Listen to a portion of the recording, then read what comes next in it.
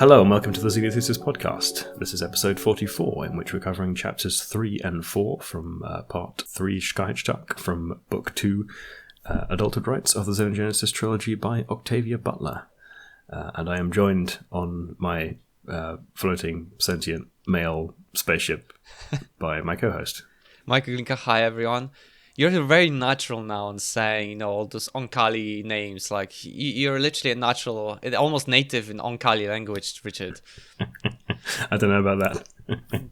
But as we don't have enough Oankali to... Well, at least of the names. But, God, there's I think... at some point we'll be introduced to more and more names, and it's getting difficult. Yeah, actually, perhaps we should say we're pre-recording. Yes. What is it? 3 episodes. Yes.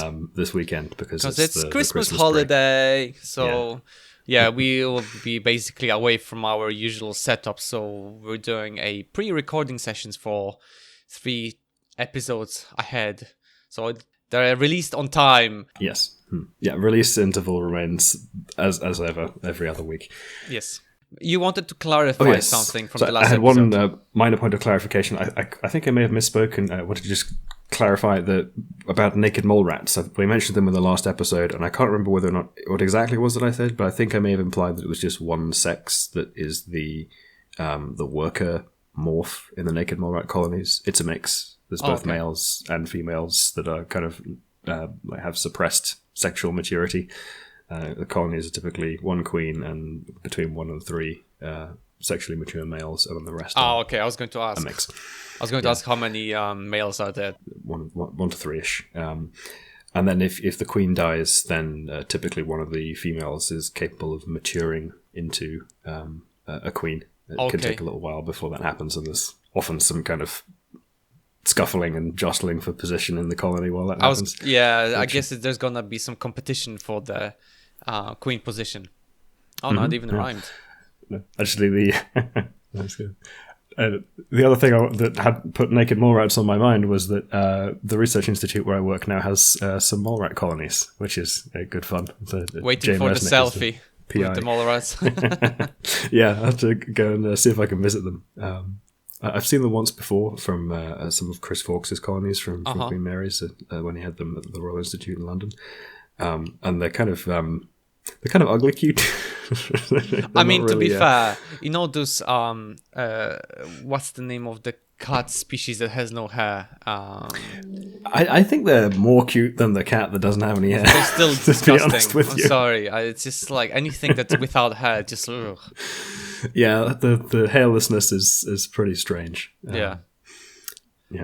It's such a weird thing because hair is such a crucial organ in a way for a lot of animals, especially cats. And but I mean the mole rats have a super weird ecology, right? They basically live entirely underground. And they don't really need it for thermoregulation. They're what's the phrase? Poikilothermic. So they kind of don't have full temperature regulation. They can they will vary the body temperature with the surrounding temperature. Right. They have a little bit of ability to sort of push that in one direction or another, but it's limited. And of course they're underground, so the temperature variation is normally pretty low. Yeah. Very strange animals. Fascinating. It's cool. It's nice that you'll have, if you have a chance to take a picture. I want to see. I'll have to ask if I can go visit the colonies at some point. Sure. Although, if it's for science, just for everyone, if it's for science, it's gonna be probably in an animal facility where you have to have a permission, you have to, have some sort of, at least, some introduction to animal handling, or at least, they'll have to do some checks before you even, enter the building, knowing life. Yeah, probably. I don't know. I'll have to find out. Yeah. No. And on that note, let's maybe go to the chapter. Prediction.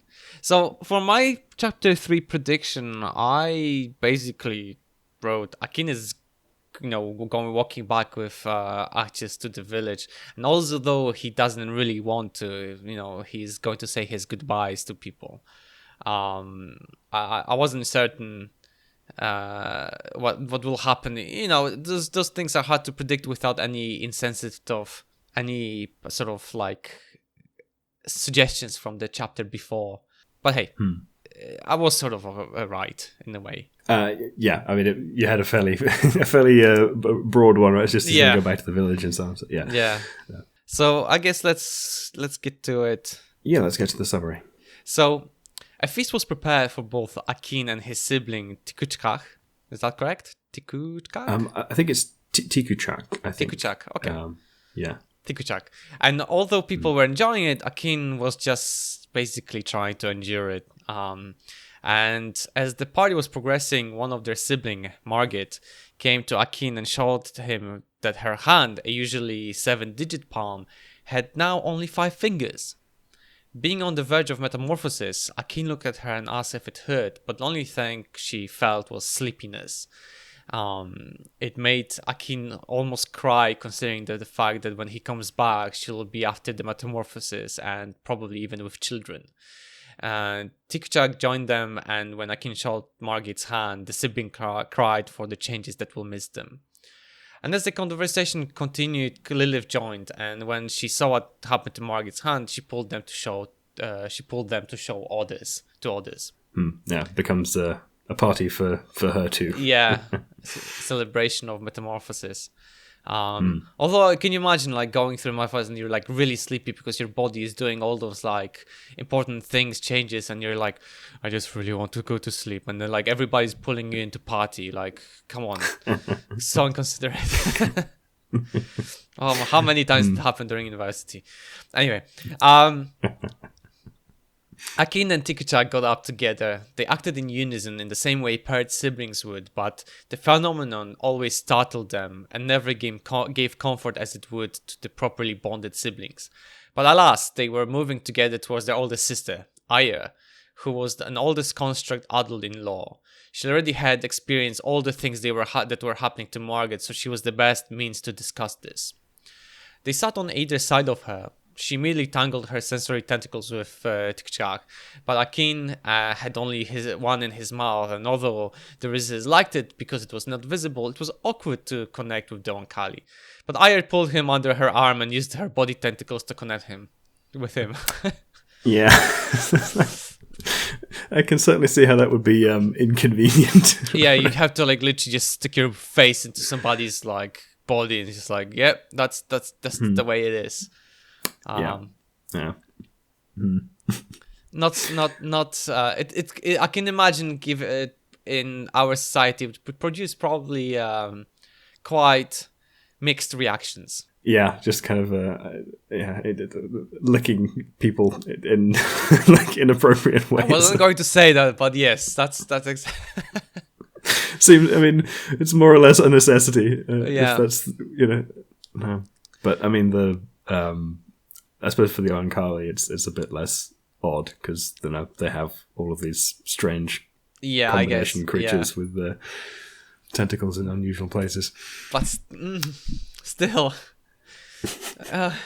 okay, moving on. So this is a bit of excerpt from the book. We don't know what will happen to us, both he and Chkahichdahk said in silent unison. It was a cry for fear from both of them, and for Akin also a cry of frustration. Akin wanted to go to all the resistor village, giving examples of Chinese, Igbo, Spanish ones made of people from different countries, Hindu, Swahili, all different ones. So many resistors, yet there were so many more. And we are also told that Akin was driven out of one of them because of his skin color. Just so they know, there was English speaking one. Surprise, surprise. He didn't understand that and was too afraid to ask anyone in law why it happened. There was a village that committed a group suicide by drinking poison. No one knew where those people were, but everybody heard about it. That seems like the human insanities of various stripes have survived this whole affair. Racism and cult-like group suicides. Basically, yeah. Doing well post-apocalypse. I mean, to be fair, I understand the suicide one, because I guess if you're this desperate and you kind of like people just decide to go on the way. But the one when you know that literally aliens exist, and I mean, you know what? Let's skip on that. It's like racism still persists even when there are actual aliens, whom you could be, grouping up with your fellow humans against. Yeah, but exactly. Okay, fine. Cool. Well done. Great. But to be fair, I can see that. I can absolutely see that. But there were still resistors he didn't meet. So many ideas or stories he could learn, but now not possible. Would there be any humans left to save when he was finally old enough to have his opinions respected? And would he still look human enough to persuade them? He wasn't even sure if this would bring any change. The Oankali wouldn't do anything to stop him as long as they didn't consider it harmful. But if there was no consensus, they would not help. Akin didn't intend to give humans a ship. They would not be able to communicate with it, and ship would reject them if there was no trade. And I think it says in the book that, humans still thought that they were using ships with metal parts, so... Yeah, that's... stealing one of the Oankali ships is definitely doesn't... From what we learn about the ships in, I think, the next chapter, it really doesn't seem like it's a strategy that's going to make any sense. Absolutely. No. But as Akin was lost in his thoughts, Ire told both of them they need to work together. They need to cooperate, even though they missed their chance to bond. But there is a chance to heal. Ire asked Chkahichdahk why he wants to go to the ship, and T didn't respond, but they received a strong negative feeling from it. I thought that Chkahichdahk wants to go because there are no resistors there. But there's also the fact that Arches and T will be a female, but T wants to be a male. So that's interesting. Well, I think it seems like Chkahichdahk's a little undecided about what sex it wants to be at this point. And it can more or less choose, but it's kind of guaranteed to go down the male path if it goes to the ship. Yep. I mean, the female path goes to the ship, right? Yes. And that was an interesting... I think I'd remembered this from before and kind of half forgotten where it came from. But yeah, this was the... I think I'd questioned, do we know whether or not the children know what sex they're going to be after metamorphosis? And I think it's the Oankali and all the more Oankali-like constructs don't necessarily know. But like in the case of Akin, he did know he would be male. Because he was designed to be male. More human-like. Yeah. And the thing is, in here, just to continue a bit, if Chkahichdahk wants to be a male, I suggest that it should stay on Earth and spend time with Dichan and Tino, male parents, and his female siblings, and its body will respond to that change. So it seems that it depends also on an environment, how for the Oankali, who they become, the Eka, the children, the sexless children will become, depending on their surrounding. Yeah, I mean, it's like, what are the available mating opportunities, effectively. Basically, very much like the systems we've described before with the fish and the naked molerats we mentioned at the top of the show, where they lose the queen, then a female will mature to be the queen because there's lack of whatever was suppressing it. And so it's just this sort of environmental responsiveness to various stimuli. But it also wants to see Chkahichdahk, and even though I suggest to wait, T wants to go with Akin. And Ire guesses that Chkahichdahk wants to go to heal the old wound, the lack of sibling bond, even if there's a chance that Chkahichdahk will become a female because of it. When Akin was asked how he feels about it, he tells straight on he does not want Chkahichdahk to go with him. The attraction and yet the repulsion that he feels because of the lack of the bond made Ire feel uncomfortable, so she tried to calm them, but it did nothing to calm their own confused feelings.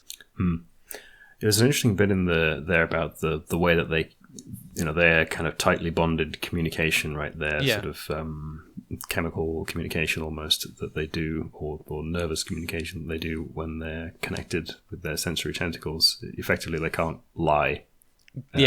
When they're doing that, right? So either stay silent or just which for the most part, like if you're staying silent when asked a direct question, then you can kind of infer Yeah.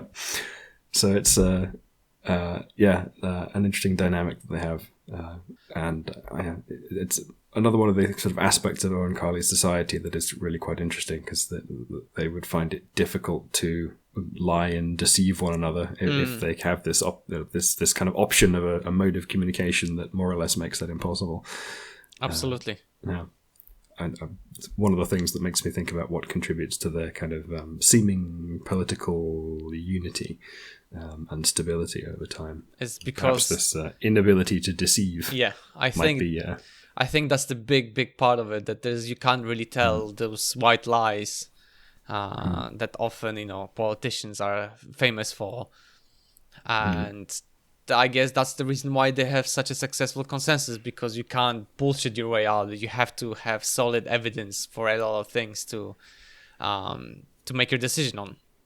So, and even just like the how you feel about a subject, right? Yep. It comes through over the connection that you make. Basically, yep. Yeah. The other thing on that section was, I'm wondering if perhaps we've got kind of a the Oankali have this. For them, their normal biological pattern is to mate with their siblings. Yep. And then in humans, of course, there's kind of, there's the incest taboo, which is much debated over the degree to which that is biological and the degree to which it's cultural, and stuff about, developmental cues for it, where like if you grow up around someone from a very young age, then that kind of gets them categorized as being closely related to you. But if you don't, then you won't not necessarily. Lots of complicated argument over what exactly goes on with how that's calibrated. And how much it's biological. Like in history, there had to be a lot of incest, because if you calculate, you're there and you have your parents, and your parents have parents, and those parents are like, eventually after a few generations, like you will reach the point where the number of your people that would have to be on the planet exceeds of the total amount of humans that have ever lived in the whole existence of the planet. So there was a lot of incest in the medieval times. But I say most of the for the most part, like the sort of genetic, like negative genetic consequences from incest are primarily from like really close, sister, brother, parent-child type relationships. Absolutely, yes. Once you start getting out into cousins, it's not really so much of a problem, especially beyond first cousins. And then, So to be fair, there was estimation that if you lived in a small town or like a larger village, and you stayed there for your whole life, and you managed to marry someone to from that town or village as well, there's a high chance that you're somehow related few generations back with that person, if they also haven't moved from that area. So not that I am promoting incest, although there's a lot of porn out of it. But in the theme of it, but it's still estimation number wise. Yeah, we wouldn't be here if it wasn't for things like this happening. So, but it's the underlying genetics of that. The problem that arises is if you have like rare heterozygous diseases. That if you mate with a close relative, you increase the probability that that two of those rare alleles that would otherwise be recessive traits end up in the same child. Yeah, exactly. Effectively, that's kind of the. We mentioned hemophilia specifically in the royal family. That's the most basic example of why generations upon generations upon generations of incest lead to. And I don't remember the name of this family. It was a lord family that they had these particular chins. The Habsburgs. Yes, that's their name. Yeah. Yes, they have. Like you can tell, it's the typical result of incestuous, basically mating, because reproduction. Because bloody hell, like with time, it just gets worse and worse. Yeah, definitely. pushing the boundaries of what is a good idea. But yeah, that's. But yeah, the point of that whole thing was that there's this tension between the Akin and incest taboo in humans and the incestuous relationships that are normal in the Oankali because they have the ooloi. So this is not a problem because they do genetic engineering just as a part of their normal reproduction. So you wouldn't have any problems, rare traits. Yeah. So yeah, going back, Aya broke contact with them, told them they should go up together and find a sub-adult ooloi. They should be able to help them. Akin wasn't so sure about it because it makes him think about like mating. But Aya chips in here with the human women that Akin was with, and he refutes it by saying that they want him even though they know they can't have children with them. So yeah, Akin it's a Chad. But anyway, so the conversation ends here, and both Akin and Tikcha stand up for looking for Nikanj, and Akin at that point deliberately pulled himself out of synchronization and went towards the Lilith instead. The lack of bond really affected them. When Akin would come back from his journey, Tikcha would go to other families so not to be near him. Humans did not realize how Oankali and construct societies were made up of groups of 2 or more people. They did not know that when she refused to help him get back to Lo, and because of that refusal, Akin has never visited her again. That's interesting. We're told that since many years have passed since the whole Phoenix situation, Akin has never once visited Phoenix again. Yeah, never gone back. It's I wonder why exactly, but yeah, it's interesting. Well, I suppose he has some kind of traumatic memories of the whole experience. No, but the reason why, and he says is specifically here because of that, because Tate did not help him when she refused to help him to go back so he can bond with his sibling, and the reason why he never visited is because he's holding a grudge against her, basically. Yeah, but yeah. Lilith was called out, as Akin was walking towards Lilith was being called out to tell stories, but she was just ignoring those calls. Like, everybody loved to listen to her, but this time she was tired, and Akin came to her to say his goodbyes. And she, as I said, she seemed tired, thinking about Margit growing up and Akin and Chkahichdahk going up to the ship. But she knew that Akin needed to go, even though Akin hoped he could learn more about the resistors. Lilith once told him about what she went through when he followed her when she was going on her solitary treks. But the Lilith told him he wouldn't be able to reach all of the resistance, and he needs to learn about the Oankali. Make the knowledge he has useful, and if he has ideas, he needs to use them. Yeah, and I think it's interesting here to hear that Akin getting Lilith's story, understanding kind of what she'd gone through with the whole being scapegoated by the humans that she was tasked with waking up and the rest of it. Yeah, like basically she explained why her name is basically a taboo or a reason to hate because she was made to the scapegoat, as you said. And as usual, she gives some solid advice that Akin should learn now as much as he can about the Oankali, so that he has a good chance of making his case to them. Yep. And that she thinks she was probably wise to have kept his thoughts to himself for now, which seems like it's the case. Although it's a bit unclear what exactly talking about what his thoughts about the resistors would have been for the rest of the Oankali. I mean, maybe they would find that concerning and keep a closer eye on him, regarded as some kind of a problem for him to have, I don't know, separatist ideas of some kind. Yeah. But to be honest, I can see why Akin is the way he is, because there's Lilith, there's her influence, there's Tino, and we know that Tino has a great influence on the kid.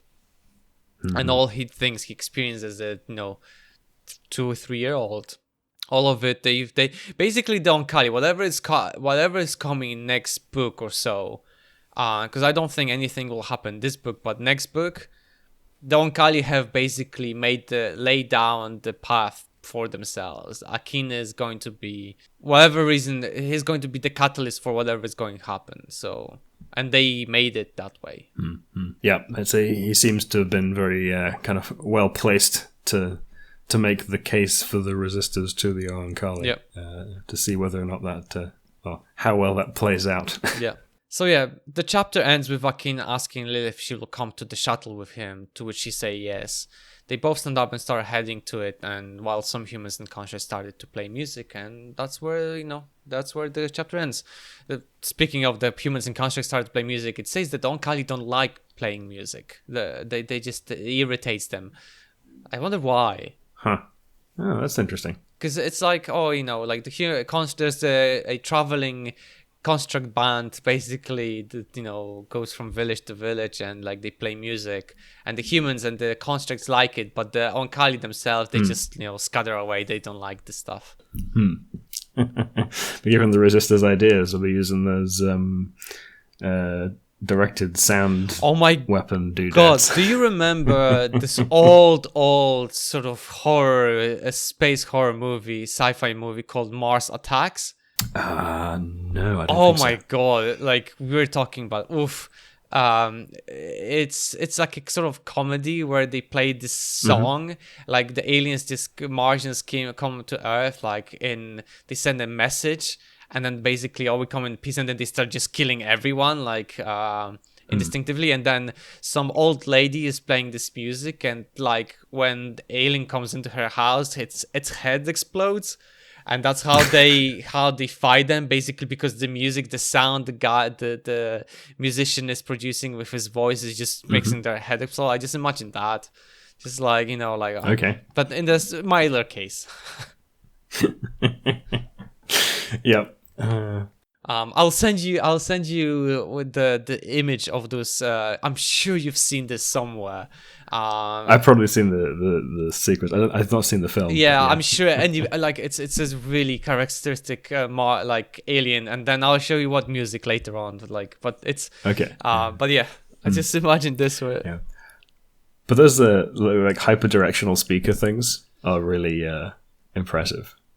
You can the sound basically is only in a straight line out from the speaker, and I think have I seen it? I can't remember if I actually saw one at a conference or something at some point, where you have one on the ceiling, and you basically can, if you stand in a box underneath it, you can hear it. If you stand outside of it, you can't. It's really impressively directional. I remember years ago when they started making them up.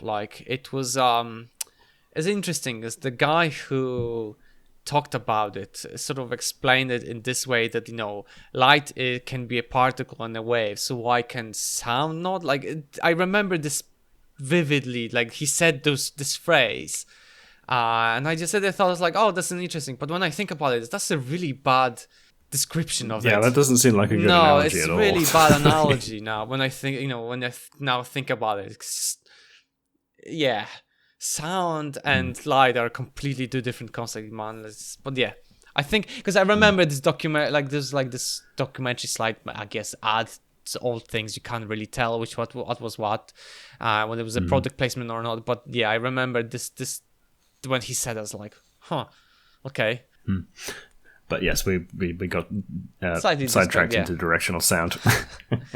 I guess let's go to my chapter 4 prediction. Yeah, let's do that. So I thought, I was a bit confused the last sort of part of the paragraph in the previous chapter, and I thought that Akin, Chkahichdahk, Dichan, and Lilith are now going to go to in the shuttle up to the ship, the main ship. But no, it was just the first three. Yeah, I think Lilith was just escorting them to the shuttle and not going up to the ship with them. But yeah, and I think they're just gonna travel, and then, but I don't know if it's if the travel with the shuttle is going to be explained well. I thought that I thought to myself, oh, nice, they're going to go to the shuttle, and maybe we'll learn more about the propulsion, how the thing is going to start off, but we're not told anything. And we get some interesting little tidbits, but not not much about how the actual propulsion system works. Yeah. So yeah, Should we go into the summary? Yeah, let's go to chapter 4 summary. So Dichan went to ship with Akin and Chkahichdahk. So here's a bit of quote from the book, the shuttle could simply have been sent home. It had eaten its fill and had been introduced to several people who had reached adulthood recently. It was content and needed no guiding. But Dichan went with them anyway. Akin was glad of this. He needed his same-sex partner more than he would have admitted. And yet, I thought that an interesting little bit here was the ship had eaten its fill. So the ship is eating. Because in the chapter 2, I think, when we are told about the ship, it said that like it sits down and it sort of like start munching around the flora and fauna around itself to like start collecting the genetic material. Yeah, it ends up looking like a small hill, basically, right? Yeah. And it kind of cleans out the area around it. Yeah, it's very strange. I can imagine that when they leave it, like there's just basically like a circle, basically a crop circle, but in this case, like just a alien, ship circle. Just there's no like any sort of even probably some, because I remember some dirt also is being eaten. Like at some point they were mentioning that like when the law becomes a ship, it will even eat the grounds a bit, and the minerals. So it's probably like pretty barren area. Yeah, I mean, I'm guessing just like a crater. Yeah, where the ship was. That's kind of with some fairly dead soil. Basically, yeah. Which gets me interested in what exactly it's doing with what it's eating, right? Is it using that as fuel for its propulsion system, or is it just using it as like nutrients so it can produce the food and incorporate it into its probably a bit of everything in tissues. Here, because probably like taking some genetic material as well for the mothership, who knows. But yeah, both T and Akin seem to be glad that the Chan was there, bringing comfort. The shuttle was made out of like a plain grey sphere within itself, and let them decide how it wanted to be arranged. So it was like an outer shell, something between, and there was like a grey sphere inside that they were just sitting there, and they could like modify it in any way, like beds and sitting areas and stuff like that. I assume like the other places in the first room we see Lilith in on low, they can just kind of, basically stroke the walls and they'll grow whatever they want. Basically, yeah. Although even a child could tell it to synthesize. It would keep air fresh and use any waste to produce anything they wanted similar to Lo. And although even a child could tell it to synthesize food, only Dichan could truly link to the ship and through its senses share the experience of flying through the space. He could only share that though after detaching himself from the shuttle. Which is pretty cool. Yeah, and then so this is I copied this paragraph from the book because it's very important. I think it really gives in a experience of what Akin experienced when what Dichan experienced from the ship and given it to Akin. So Akin seemed to drift, utterly naked, spinning on his own axis, leaving the wet, rocky, sweet-tasting little planet that he had always enjoyed, and going back to the life source that was wife, mother, sister, haven. He had news for her of one of their children, of Lo. Yeah. And it's interesting that we get this kind of, we have this subjective experience of the ship, right? We get what it's feeling, we get its kind of... it's like paternal feeling towards Lo. It's going to report back to the mothership, literally, about how one of their kids is doing. Basically, that's But he was in an empty space, surrounded by blackness, freezing from the impossibly bright light of the sun, falling away from the great blue curve of the earth, aware of all the body of the great number of distant stars. So it was using a photosynthesis from the sun.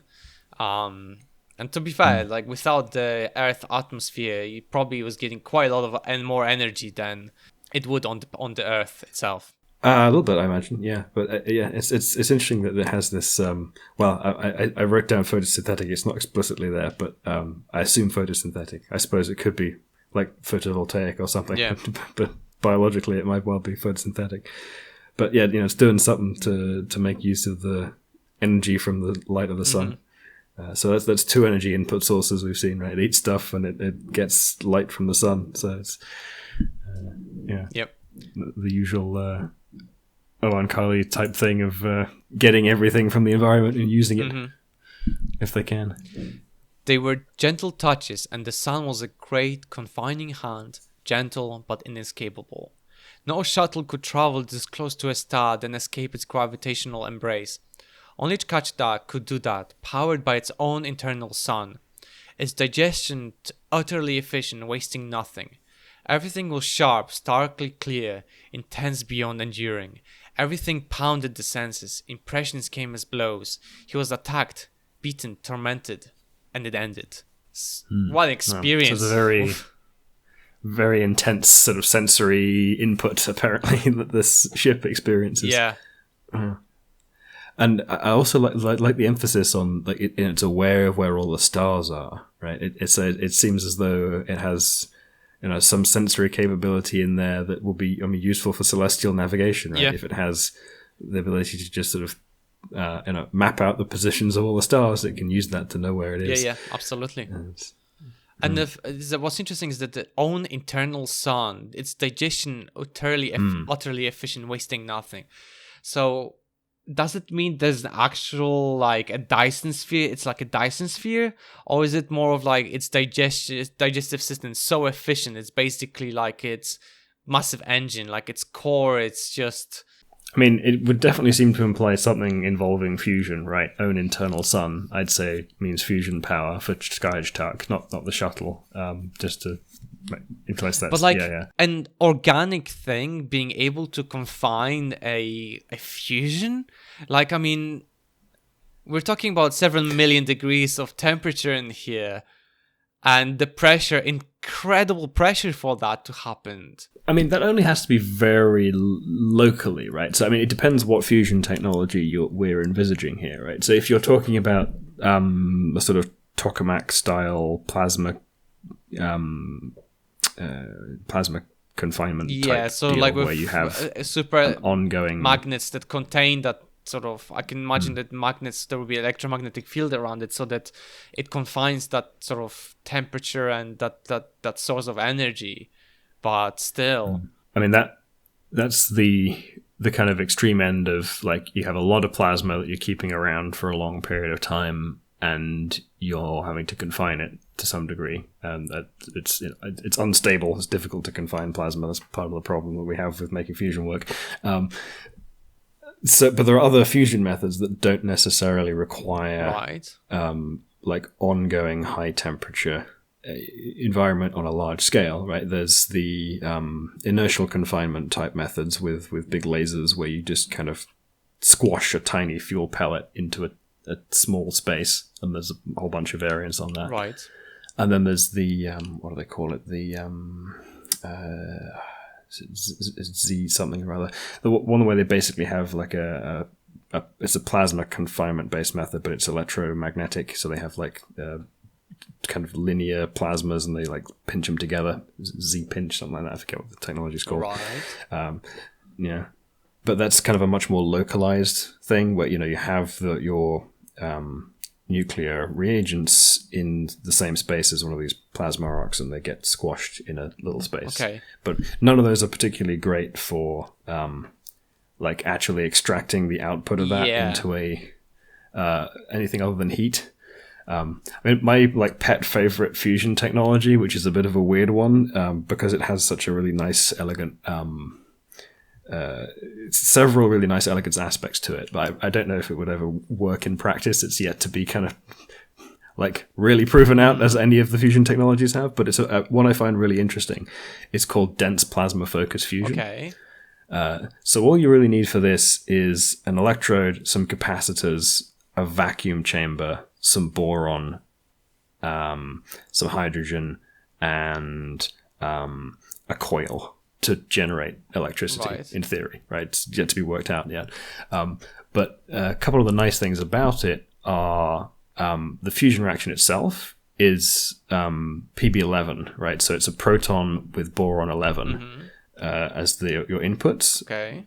So you go up to 12 nucleons when you add the proton to the boron, and then it splits into 3 helium nuclei, right? So there's no neutron radiation, which is really nice, right? Because neutron radiation, really nasty. You don't want that. It has downstream consequences for making other stuff unstable. Right? Yeah. If a neutron hits another nucleon, then that can cause other things to become radioactive. So nice, clean nuclear reaction that doesn't have any neutron radiation. Really great thing to have in your fusion reaction. But you end up with that's an alpha one part of radiation it. because you have a helium nuclear.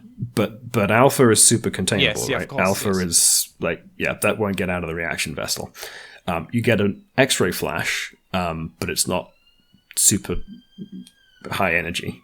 And you can even potentially capture some of it with X-ray tuned photovoltaics. Right. But the other nice thing about it is, so the way that it works, at least in theory, is, and in the test reactors that they have so far for what they think's going on, is you have these plasma arcs, right? So you have a cathode and an anode, and you just dump a whole bunch of electricity into them, and they create these like lines of plasma. Mm-hmm. And they kind of arc together into the central cathode, which is like a hollow tube. And they sort of pinch together and then spiral. And they spin back on themselves like a little toroid shape. And you get this tiny little toroidal plasma that pinches and closes in on itself. And that's what actually compresses the... so you have this electrode in a vacuum chamber with the gas, which is the fuel, so your hydrogen, your boron. Yeah. And you just pinches that tiny little coil of plasma, and that's what actually creates the confinement environment that's high pressure and high temperature enough to create the fusion. So you just sort of fire off repeatedly, charging your capacitor bank and releasing this plasma, and you get these little pinches. But every time you have one of those pinches, it effectively releases a directional ion beam, right? So you get a bunch of electrons out one end and your alpha particles out the other. And they're quite lined up, and you could make them more lined up if you do some stuff with the magnetic field, potentially.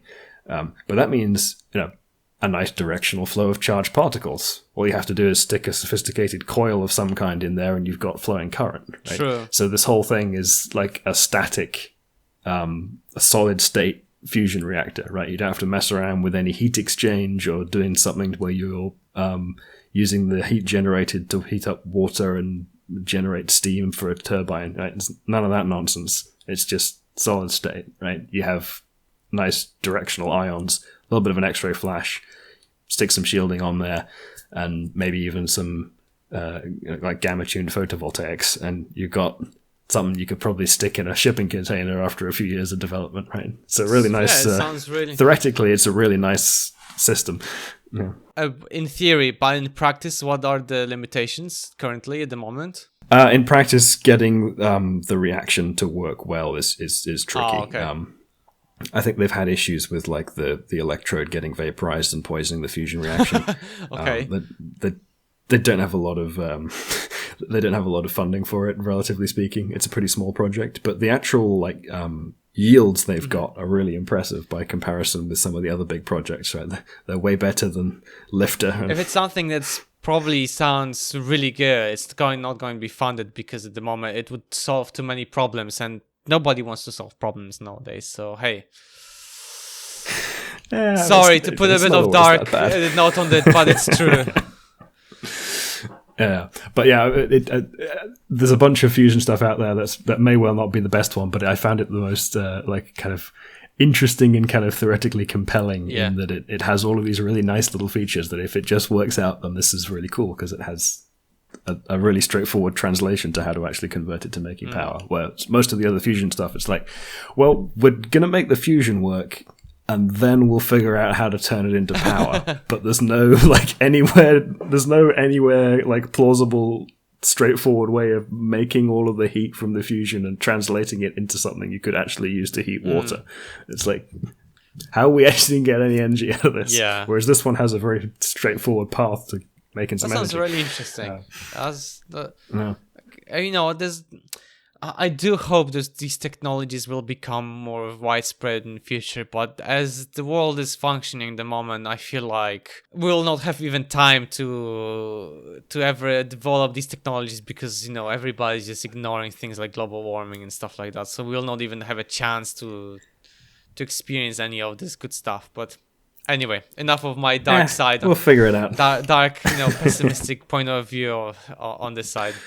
Let's continue with the chapter, I guess. Yes, well, we were talking about fusion because we think the ship's fusion powered. Yeah. And we actually, your point about like a Dyson sphere, I mean, we don't know how big the ship is per se, but we do know that it was like in orbit around, was it around the moon or in like a similar orbit? I forget exactly. I think it was similar orbit, I think.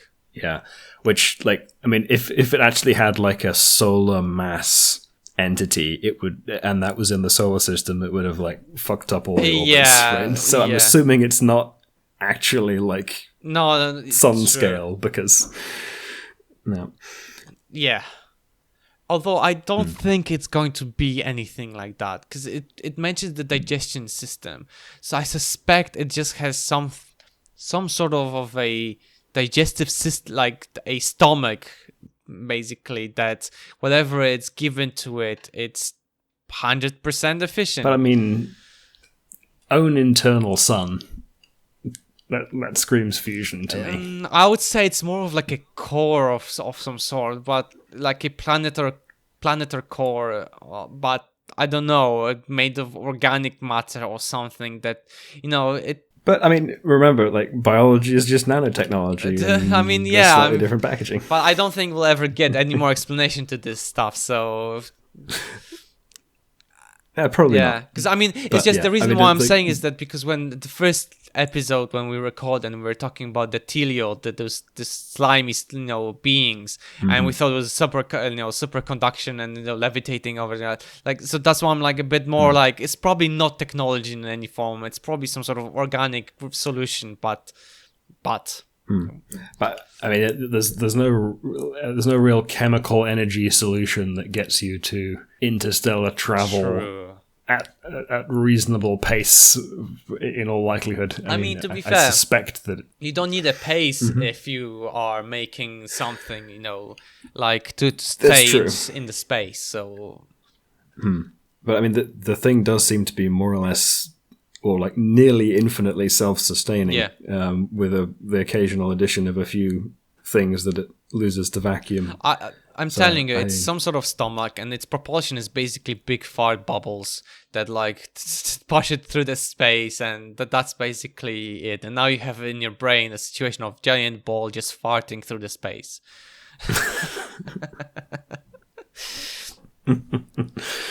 Yeah, probably. Yeah. Although, I mean, again, though, like that might be an issue for long-term sustainability, right? The whole point of this being efficient and wasting nothing is that that means some kind of propulsion that's not one efficient fart just to start it to a correct direction, and it just goes.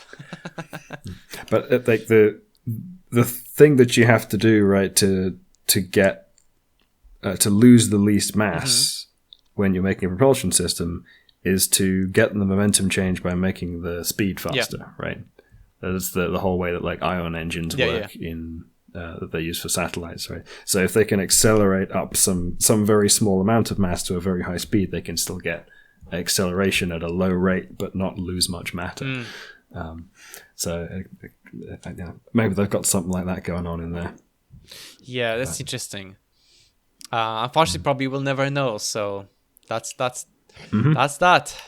Yep. And it's largely irrelevant, but it's fun to exactly. I'm still for a massive farting ball of flesh flying through the space, because that's just way too disgusting and way too funny. It's comedic, I'll grant you. Very poor low level of comedy, but still funny. So yeah, Akin could not have ended the feeling. He was lying down, weakened and in shock. The Chan told him that the feeling he experienced was only a second long and was also cushioned by him. Akin was confused why the shuttle feels what it feels, but Chan simply tells him, it is a being and feels things similar to how Akin feels things around him, just differently. Its feelings would hurt or maybe even kill Akin and his if he felt it directly, and his reactions, Akin's reactions, would throw the ship off course. As an adult, Akin will be able to communicate with it normally. When Akin asks the Chan what do those ship entities get from the Oankali, the Chan tells him that they build them. They are part of them. The giants showed Akin their ancestral Oankali creating the ships through their genetic memory from the earliest forms of trade, and explained that the fact that there were no ooloi ships, so their seed was always mixed in the Oankali ooloi. So the Oankali organelle and that ooloi mixing is basically even for the ship. The ship can't do anything without the ooloi. Yep. Although the ship is more of a construction of the Oankali than some of the other organisms we've encountered, right? It's seems like almost a de novo creation of theirs from many other organisms, basically. Which, yeah, it's a crazy bioengineering effort, right? Making spacefaring organisms of gargantuan size that may or may not have fusion reactors in them. I mean, to be fair, it's like, if we had to hypothesize what we would use from the Earth, right? You probably, and it had to be fully organic. You'd go probably things like chitin layer, like outside, right, or materials similar to that, because it's really tough and light, and so that probably we would go for something like that.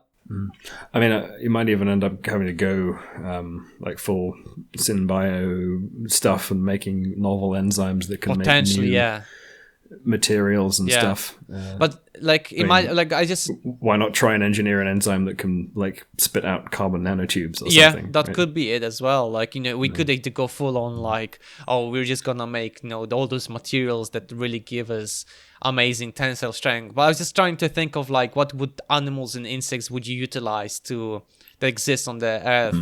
And I would say it's like some sort of like what's the name? The little beings that can survive in like outer space. The tardigrades. Yeah, tardigrades. Yeah, you could probably utilize what they are utilizing in a much larger scale for like the survival of the, like, at least the shell.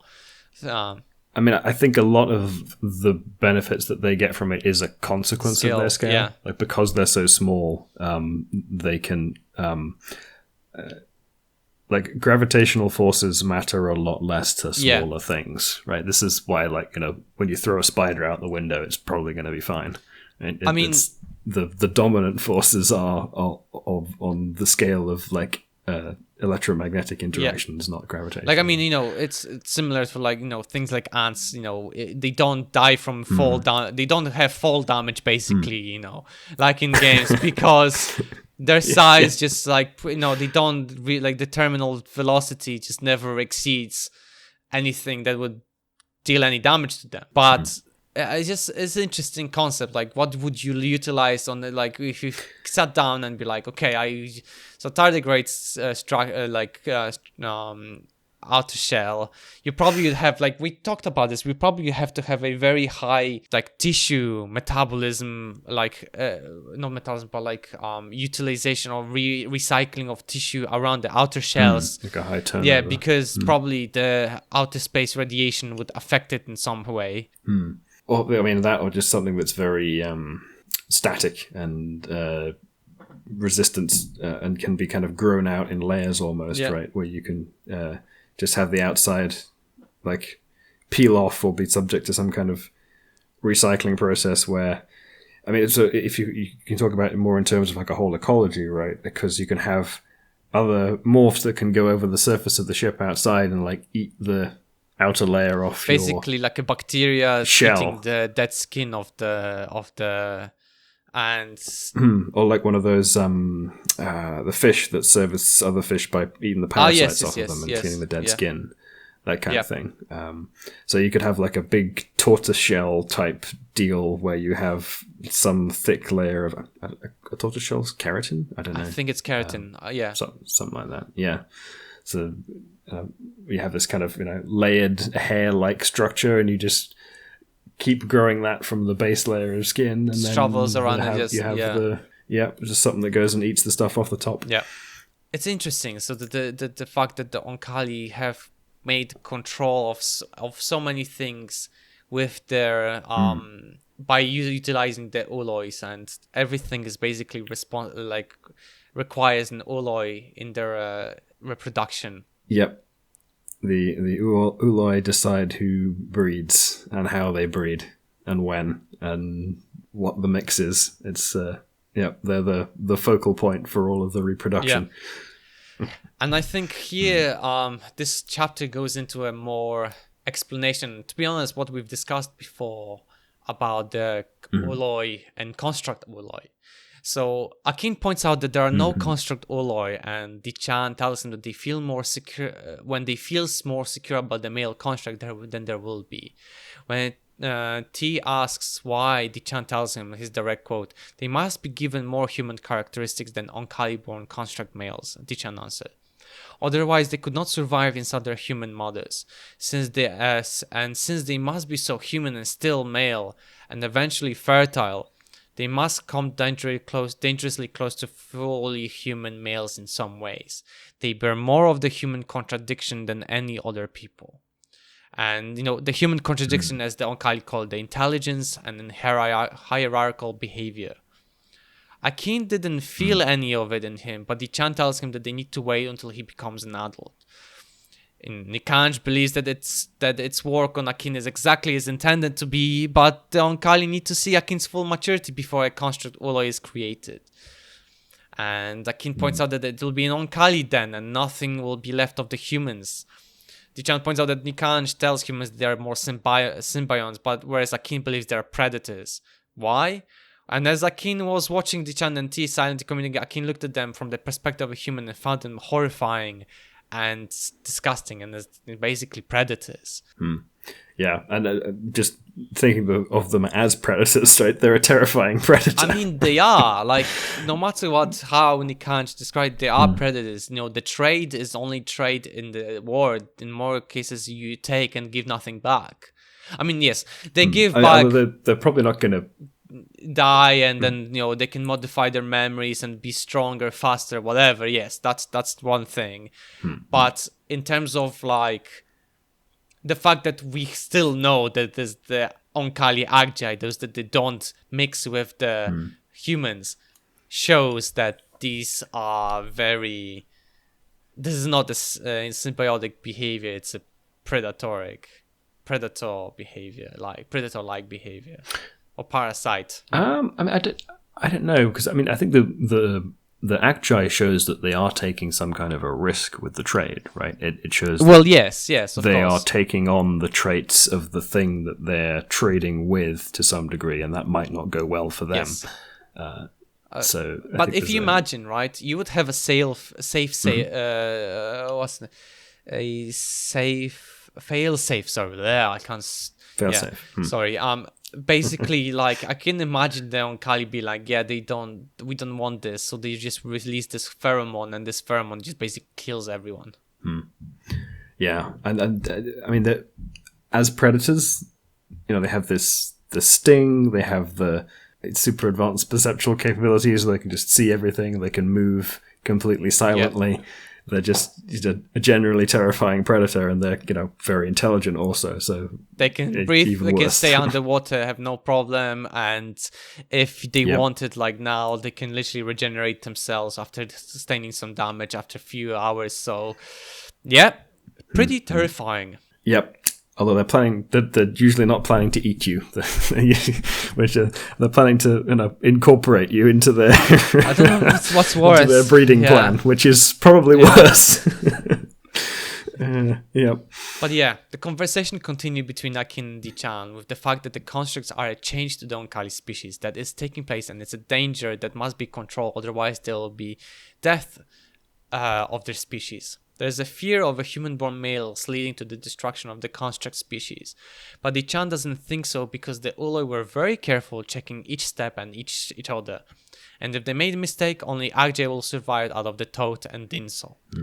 The chapter ends basically with Dichan and asking T if he wants to taste the ship perception. And to Akin's surprise, the sibling asks Akin first of his opinion of if it should do it. Akin tells it that it will hate the feeling, but it is a part of being an adult and it needs to experience it. And that's where the chapter ends. Yeah, interesting little section there. I mean, it's just kind of they're traveling from place to place, but we get a few interesting little revelations about the ship. We learn a little bit about the fact that there's some risk to the Toat and Dinso branches of the tree from crossing with the humans. Oh, we also learned that there are a bunch of similar male constructs to Akin. Yep. Right, he's not the only one they're watching. Right? All of the trade villages have an Akin, that the Oankali are monitoring. Yeah. The prototype male construct. Yep. Like, how much of a problem are these human male constructs going to be? Can you for imagine? us? You're being born, just got born, and you're like more intelligent than average, and you're just being told, yeah, you're first of your species. You're gonna be a test, like if there's gonna be, if we fail or not, and like, can you imagine just this feeling like, oh, if something goes wrong with one of the other male constructs, and you're like, yeah, these are failures. Like, oh my god, like. I would feel so shit because of that. Like, just because somebody made a because they're playing around with genetics, and then they're like, yeah, this was a mistake. We need to start again. It's just like, wow. I mean, that is a very common trope of the genetic engineering genre, It is. right? That's you see it in I'm thinking, let's say there's Orphan Black, where they're kind of genetically engineered. There's I mean, to be fair, in a lot of sci-fi where there's genetics involved, it always goes wrong. It's like, oh, the scientists should have first of all asked themselves not if they could it, or whether they should, if they should do it. And I mean, come on. Mm-hmm. Yep. There's a German Netflix series called Biohackers. You mentioned it before, I think. Yeah, it's got some of those themes in there. I'm trying to think of other places it's definitely in some more classic sci-fi of the genre, but I'm failing to come up with any examples. But yeah, that's the. I think the most like mainstream one I can think of right now is Aliens.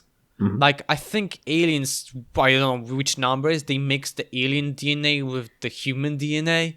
Oh yeah, I'd forgotten that plot. It's like Aliens 5 or 6 or something crazy like this. Maybe 3 or 4. I don't remember like which one. I just remember this human-looking like alien and Sigourney Weaver just looking at it, like knowing that it's like it's her child, but she needs to kill it. Sorry, spoilers, but the movie's like fucking old, so it's not like spoilers at this point. But it's such a weird thing. No, I mean, it'll be interesting to see how that plays out in reality, right? Because we touched on this a little bit in our Gattaca episode, because that will, and it has already been a thing to some degree, right? The 3 kids that I can never remember his name. The Chinese scientist who CRISPR'd those 3 children to genetically engineer them, right? That we've already had a human example of sort of a genetic engineering experiment in kids where they will grow up and learn that somebody experimented on them. Absolutely. We'll see what will happen.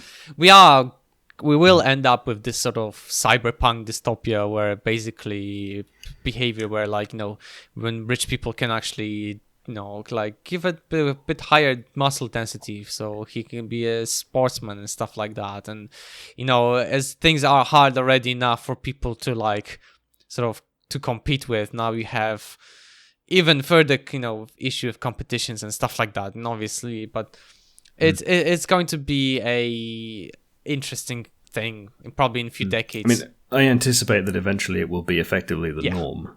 Right, that basically, so what we'll end up doing is genetically engineering out all of the known problems, and then it will start as that. That's the first step. But then, so part of that will also be figuring out sort of what variant alleles in what combinations are a problem, right? So when you genetically engineer out one trait, it might be one particular variant that has a problem in this context, but what happens when you combine it with also removing this other variant that's a problem in that context? Maybe together they're not a problem, or together, or the absence of them together could create another issue. The 2 other alleles that are normally better on their own might create some other issue, right? So that whole process of engineering out those will be a thing. And then there's the stuff where we start getting into the space of enhancement, where we start adding in variant alleles that are increasing or improving on some particular characteristic. And there we have the same situation. But I think that the risk associated with doing that kind of experimental genetic engineering in the population for those kind of minor tweaks, I suspect will be like way lower than the current risk of getting some kind of rare genetic disease, right?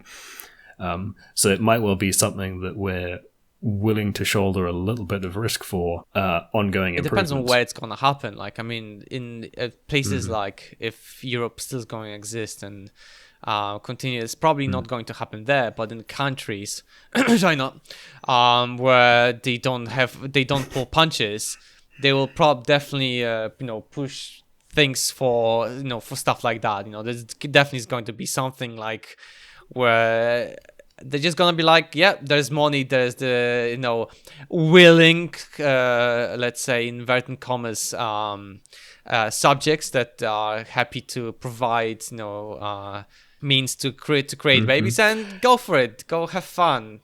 But I mean, again, back to the Gattaca episode. Remember their promotion campaign where they asked whether or not people wanted to have their kids genetically engineered, and a whole bunch of people signed up. Yeah. Yeah, there's plenty of willingness to do that in Western cultures too. Yeah, it's gonna be fun, isn't it? Yep, should be very interesting to see. Who knows what America will do? Oh boy! I'm scared for what's gonna happen in the next few decades, if not century. But with the speed we are going with the technology development, I'm giving us several decades, and by the time we're old and wrinkly, Richard probably will be hearing first about perfect babies, like babies with superhuman strength, or like amazing athletes, or super intelligent brainiacs, mega minds. Maybe. I guess on that note, let's go to my chapter 5 prediction. So obviously they arrive at the main ship, and I thought they will meet with Chkahichdahk, Nikanji's parents, like Kaguya, and the rest of the team would be like, that's where Dichan's gonna take them. Basically meet the grandparents, like for the first time, I guess. That'd be nice. Okay. But then again, I mean, because Achjas and Dichan are siblings, so basically they have the same parents. So actually, that's interesting, right? Because you only have 2 sets of grandparents, too? Wait, you have an ooloi, which has one set of parents, and it distinct. And the oolois, I think, normally go to a different group. So Nikan, you still have Nikanj, of course, 2 pairs of grandparents. Yes, so you have two pairs of grandparents. But even though the family is a 3-part family. Interesting. Yeah. And imagine like those kids that, for example, parents are not the siblings and they have 3 grandparents. Wow, the Christmas money would be amazing.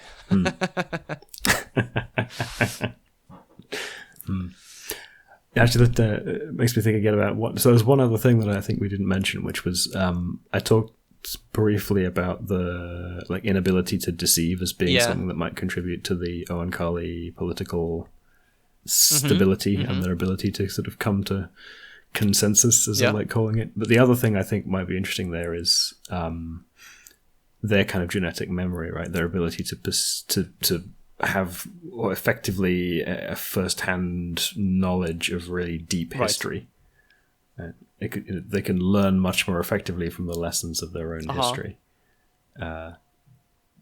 because they're not just relying on cultural channels of communication to transmit it down the generations.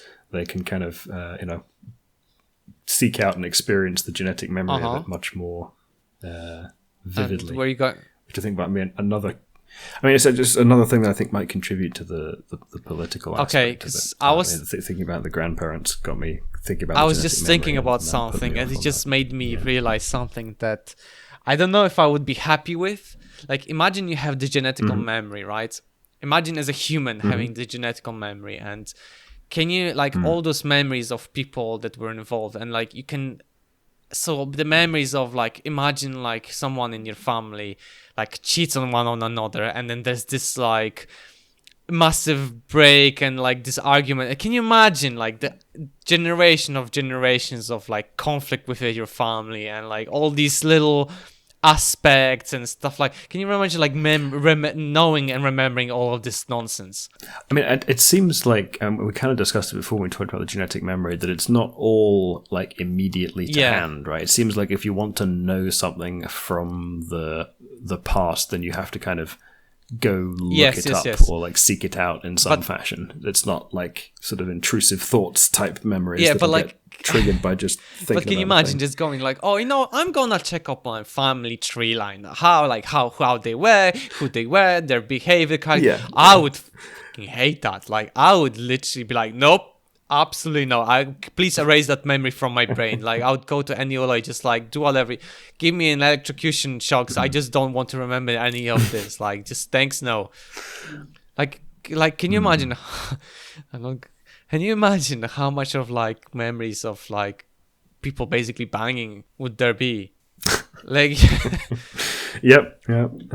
And potentially a lot of darker stuff in there from other so things. I just feel like this the whole I feel like humanity would break apart, crumble very quickly if we had access to all of that. Just like, I mean, I don't know though. I think it might, in terms of like the firstly the ability to learn from the mistakes of others much more directly. I mean, yes, that would be quite good.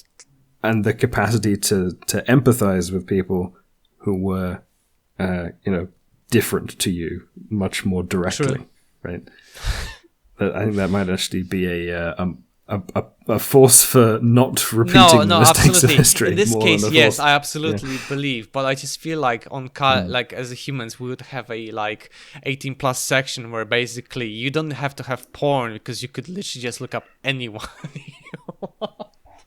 Sorry, that was the first thing that I thought of. I was just like, oh god, this is so wrong. No, I can't. No, wait, my brain is just going somewhere it shouldn't. But yes, I absolutely agree, because you could literally emphasize, like, you could learn from like experiences. You could feel the experience people, had in the past, and I think that would really maybe make people think about.